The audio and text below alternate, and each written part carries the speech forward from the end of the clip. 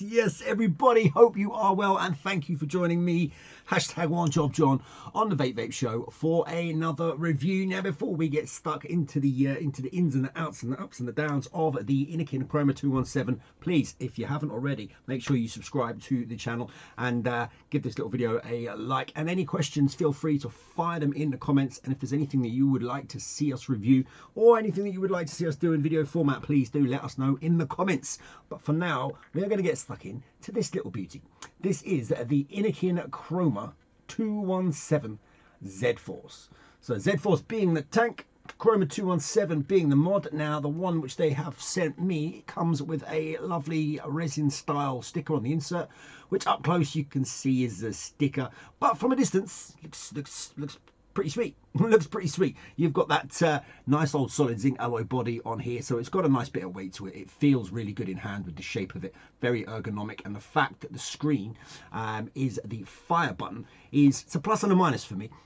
It is a plus because you can just grip it and hit it, absolutely no problem. But I do kind of feel like it just feels a little bit cheap on when the screen is the button like that in this kind of a setup. That's just my personal opinion.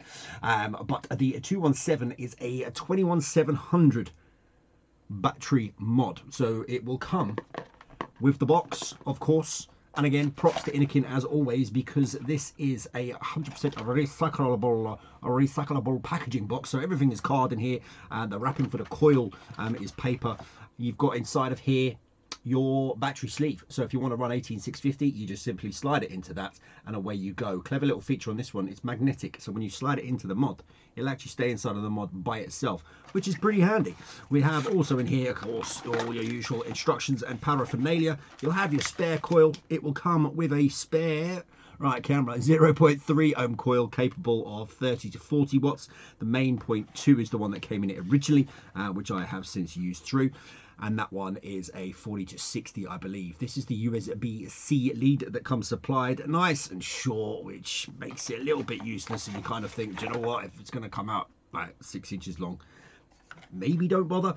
But again, that's just my personal opinion. So, not a lot coming in the box. You wouldn't need any more than that, would you? You have got yourself your mod. You have got yourself your tank. It's coming with the Z-Force tank, and I've got to say, they have done something with this tank which I think is brilliant. And rather than tell you, I'm going to show you. So we're going to unscrew our tank. Oh no, I have burnt my coil out, and I've still got a full tank of liquid inside of this. What am I going to do? Well, in homage, I guess, to the likes of their Innokin T20, you can simply unscrew the bottom, pull your coil out, and thanks to the science inside of this device, what?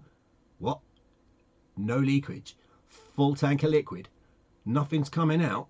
Put my coil back in, bosh, and I'm ready to vape. Now you will notice when you do that, it has a little bit of a spring to it, so just make sure it is sitting in nicely.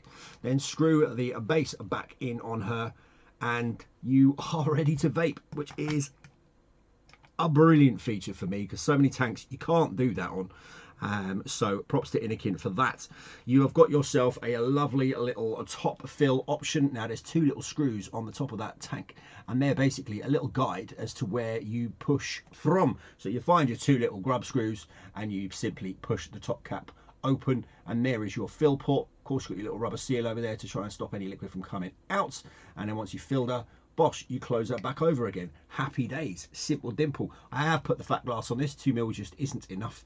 A little bit thirsty, I did find this tank, to be fair, for the for Innokin. But the most important thing for me, I'll be honest, we have had some Innokin tanks in of late. A couple of devices, but mainly down to the tanks, where the flavour was just a bit lacking. Always disappointing in the world of the Subohm when you get a coil and it just feels a bit subpar. Now I will say it's not the best flavour tank on the market, but it is very good. A great improvement from the guys at Innokin on the coil flavour. Coil life was pretty good, to be fair. I actually took the 0.2 out and put the 0.3 in just because I wanted to try both coils, but it still had plenty of life left in it. I am rocking this one at 39 of your finest wattages. Now, It's pretty low key.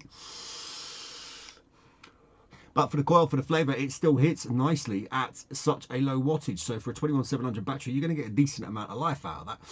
Other feature-wise, inside of this mod, so we have got a colour screen, as you can see on there. If you want to access the menu, you simply press and hold the up and down buttons, and then that will take you into the menu screen. It reads as follows.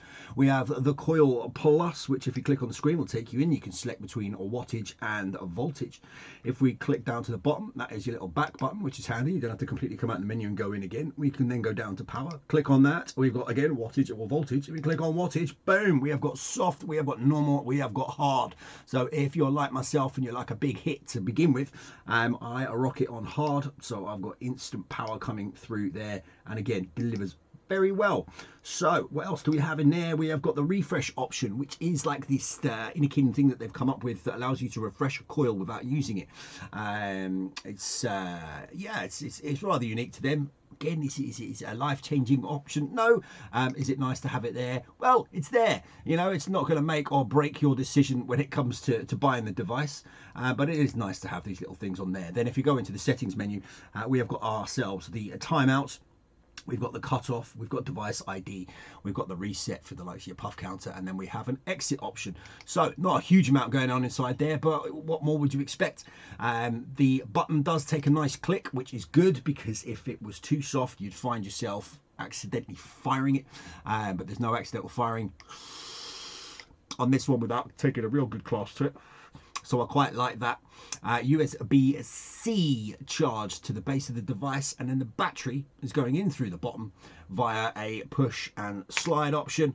So you can put your battery in through the bottom there and then push her out, click and over. And as always with these, you want to be careful. You want to make sure you slid that battery tray all the way out before you slide it back in. Otherwise you'll start wearing the teeth, and over time that may cause you problems with the battery clasp. But it does feel solid. It doesn't feel like it should be an issue with this particular device. Another thing that I like about this mod, I am a big fan, as the guys who have regularly watched the show will know, of the Juggernaut V2. That is my daily RTA, and with a device that rocks up to 100 watts, 28 millimeters, you're going to think, is it going to work? Is it not going to work? Well, for me, I think it works just about fantastic. So there we have her up on the big camera there, with the 28 sitting on top. As you can see from the sides there, no overhang, tiniest bit of overhang. Oop, if I can get the front at the front, but we're talking like a mil, if that, barely even noticeable. So you can actually run the 28 mil on top of that mod if you so wish, and as I say, with 100 watts of power, it will do that without too much of a problem at all.